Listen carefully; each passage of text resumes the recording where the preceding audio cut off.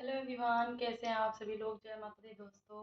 और आज मैं अभी शाम में गई थी मार्केट और माता जी के लिए थोड़ी थोड़ी कुछ कुछ लेके आई हूँ। मैं लाई हूँ प्लेन चूड़ियाँ कांच की, अम्बे माँ के लिए।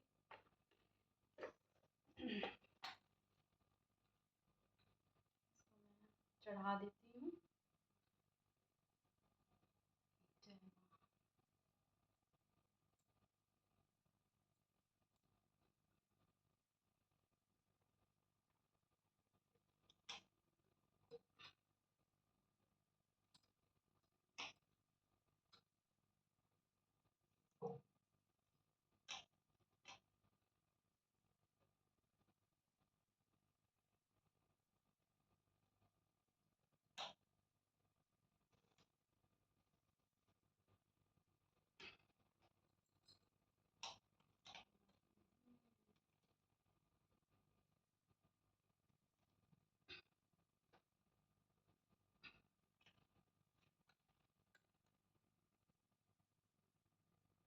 और इसमें से चार चार चूड़ी मैं अपने भी पहन लेती हूँ।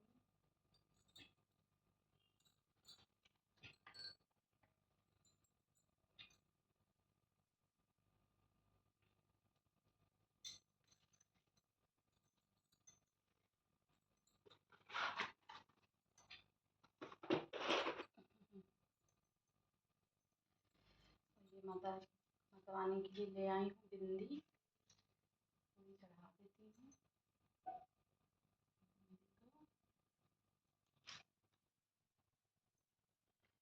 और यहाँ पे मिलता है सबसे अच्छा गन छाप का आलता मिलता है, ये भी बहुत अच्छा रहता है। बिल्कुल अच्छा रहता है। और ये माता जी के लिए लाई हूँ मैं इत्र। ये चमेली का इत्र है, ये मैं लगा देती हूँ माता रानी को।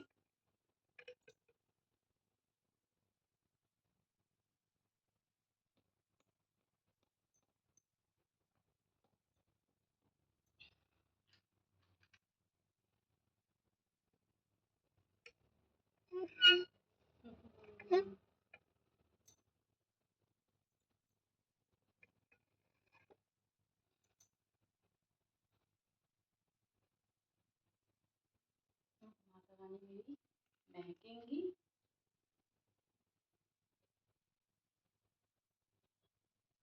हाँ।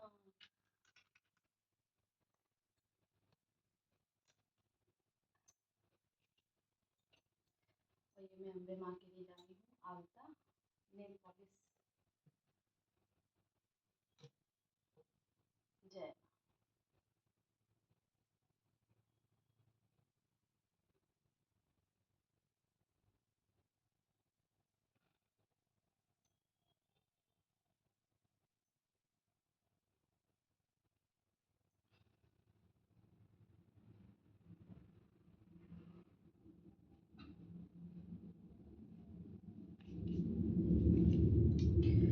और ये मेहंदी है माता रानी के लिए।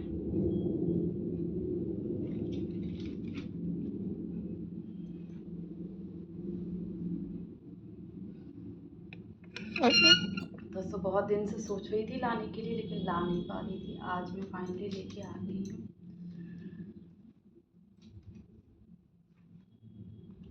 जय माता। दोस्तों आज मैं छठा अध्याय कंप्लीट करने जा रही हूँ, क्योंकि छठा अध्याय से अभी मेरा एक पाठ पढ़ना है। तो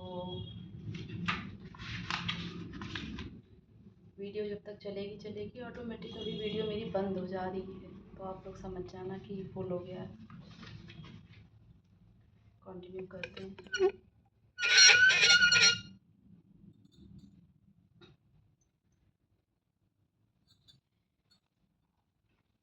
जय माता रानी। मैं सर्वगेश्वर भैरव के अंक का निवास करने वाली पद्मों इष्ट पद्मावती देवी का चिंतन करता हूँ। वे नागराज के आसन पर बैठी हैं। नागों में फड़ों में सुशोभित होने वाली मणियों की विशाल माला से उनकी देह लता उद्भासित हो रही है। सूर्य के समान उनका तेज है। तीन नेत्र उनकी शोभा बढ़ा रहे हैं। वे हाथों में माला, कुंभ, कपाल और कमल लिए लिए हुए हैं। उनके मस्तक में अर्धचंद्र का मुकुट सुशोभित है। ऋषि कहते हैं, देवी का यह कथन सुनकर दूत का बड़ा अमर्ष हुआ। उसने दैत्यराज के पास जाकर सब समाचार विस्तार पूर्वक कह सुनाया। दूत के उस वचन को सुनकर दैत्यराज कुपित हो उठा। दैत्य सेनापति धूमलोचन से बोला, धूमलोचन, तुम शीघ्र अपनी सेना साथ लेकर जाओ। उस दुष्टा के केस पकड़कर घसीटते हुए उसे बलपूर्वक यहाँ ले आओ। उसकी रक्षा करने के लिए यदि कोई दूसरा खड़ा हो तो वह देवता, यक्ष अथवा गंधर्व ही क्यों न हो, उसे अवश्य मार डालना। ऋषि कहते हैं, शुंभ के इस प्रकार आज्ञा देने पर धूमलोचन दैत्य 60,000 असुरों की सेना को साथ लेकर वहां से तुरंत चल दिया। वहां पहुंचकर उसने हिमालय पर रहने वाली देवी को देखा और ललकार कर कहा, अरे तू शुंभ निशुंभ के पास चल। यदि इस समय प्रशंसा पूर्वक मेरे स्वामी के समीप नहीं चलेगी तो मैं बलपूर्वक जोटा पकड़कर घसीटते हुए तुझे ले चलूंगा। तुम्हें दैत्यों के राजा ने भेजा है। तुम स्वयं ही बलवान हो। तुम्हारे साथ विशाल सेना भी है। ऐसी दशा में यदि मुझे बलपूर्वक ले चलोगी तो मैं तुम्हारा क्या कर सकती हूँ। ऋषि कहते हैं, देवी के यो कहने पर असुर धूमलोचन उनकी ओर दौड़ा। तब अंबिका ने शब्द की उच्चार मात्र से उसे भस्म कर दिया। फिर तो क्रोध में भरी हुई दैत्यों की विशाल सेना अंबिका ने एक दूसरे पर तीखे साय को शक्तियों द्वारा तथा फरसों की वर्षा आरंभ की। इतने में ही देवी का वाहन सिंह क्रोध में भरकर भयंकर गर्जना करते हुए गर्दन के बालों की हिलाते हुए असुरों की सेना में कूद पड़ा। उसने कुछ दैत्यों को पंजों की मार से, कितनों को अपने जबड़ों से, कितने ही महादैत्यों को पटक पटक कर ओठ की दाढ़ों से घायल करके मार डाला। उस सिंह ने अपने नखों से कितनों के पेट फाड़ डाले। थप्पड़ मारकर कितनों के सिर धड़ से अलग कर दिए। कितनों की भुजाएं और मस्तक काट डाले तथा अपनी गर्दन के बाल हिलाते हुए उसने दूसरे दैत्यों के पेट फाड़कर उनका रक्त चूस लिया। अत्यंत क्रोध में भरे हुए देवी के वाहन उस महाबली सिंह ने क्षण भर में असुरों की सारी सेना का संहार कर डाला। शुंभ ने जब सुना कि देवी ने धूमलोचन असुर को मार डाला, तब तथा उसके सिंह ने सारी सेना का सफाया कर डाला।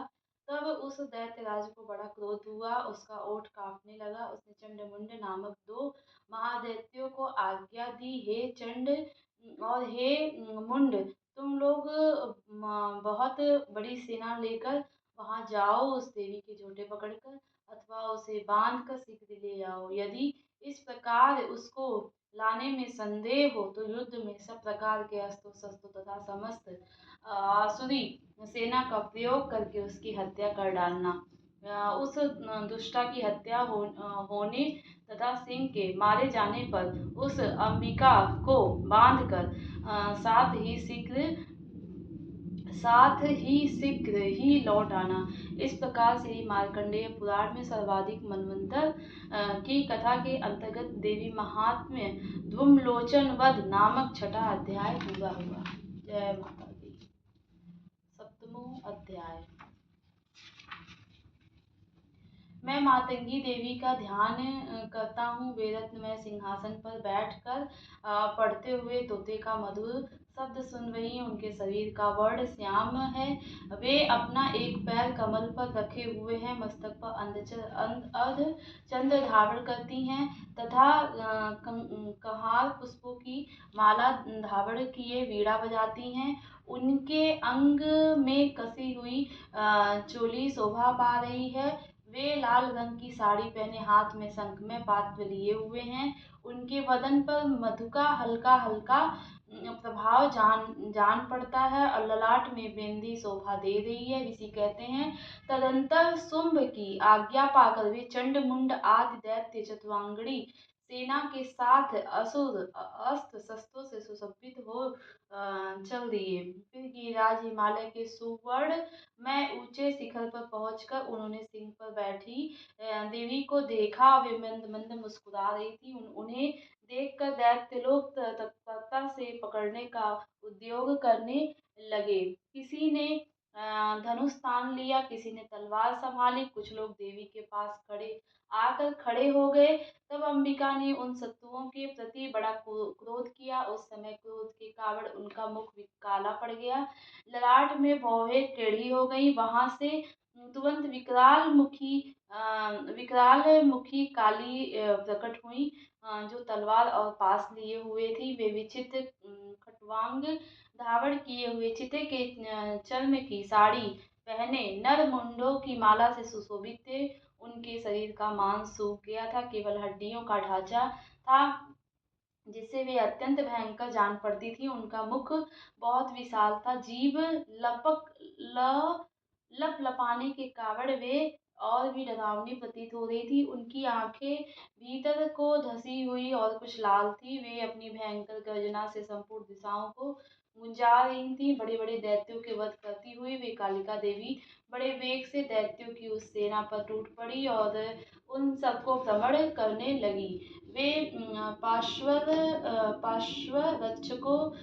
रक्षकों अंकुशधारी महावतों योद्धाओं और घंटा सहित कितने ही हाथियों को एक ही हाथ में पकड़कर मुंह में डाल लेती थी। इसी प्रकार घोड़े रथ सारथी के साथ रथी सैनिकों को मुख में डालकर वे उन्हें बड़ी भयंकर रूप से चबा डालती थी। किसी के बाल पकड़ लेती, किसी का गला दबा देती, किसी को पैरों से कुचल डालती, किसी को छाती से धक्के से गिराकर मार डालती थी। वे असुरों के छोटे बड़े बड़े अस्त्र शस्त्र मुख से पकड़ लेती और रोष में भरकर अपने दांतों से पीस डालती थी। काली ने बलवान एवं दुरात्मा दैत्यों की वह सारी सेना दौड़ डाली, खा डाली। कितनों को मार भगाया, कोई तलवार के घाट उतर गए, कोई खटवांग से पीटे गए। कितने ही असुर दांतों के अग्रभाग से कुचले जाकर मृत्यु को प्राप्त हुए।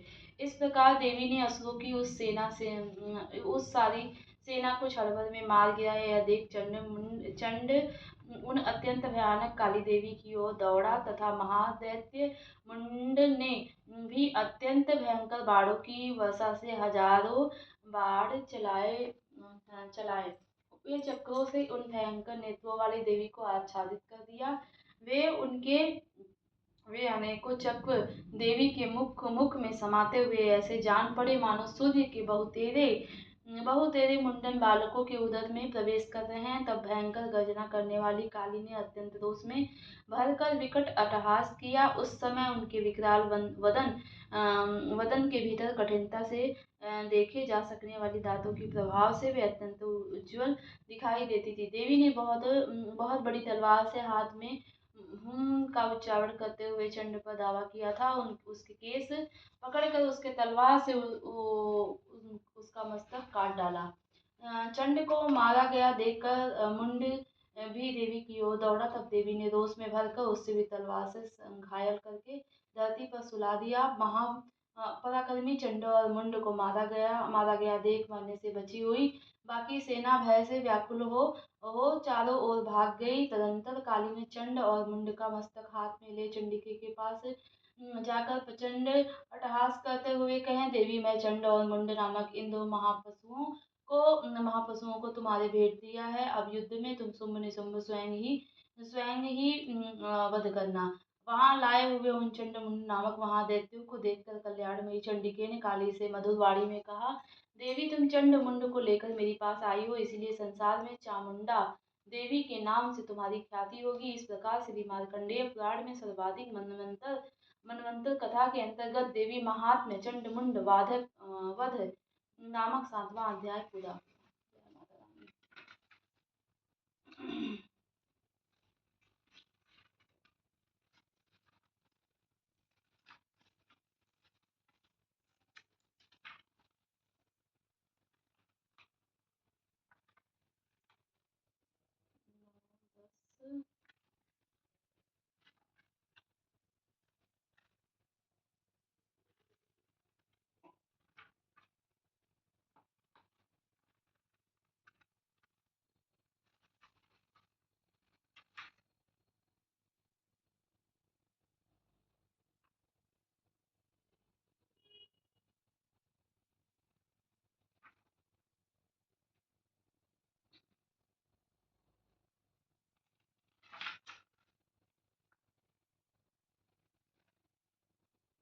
दोस्तों ये इतनी अच्छी किताब है, इसमें क्षमा प्रार्थना भी दिया हुआ है।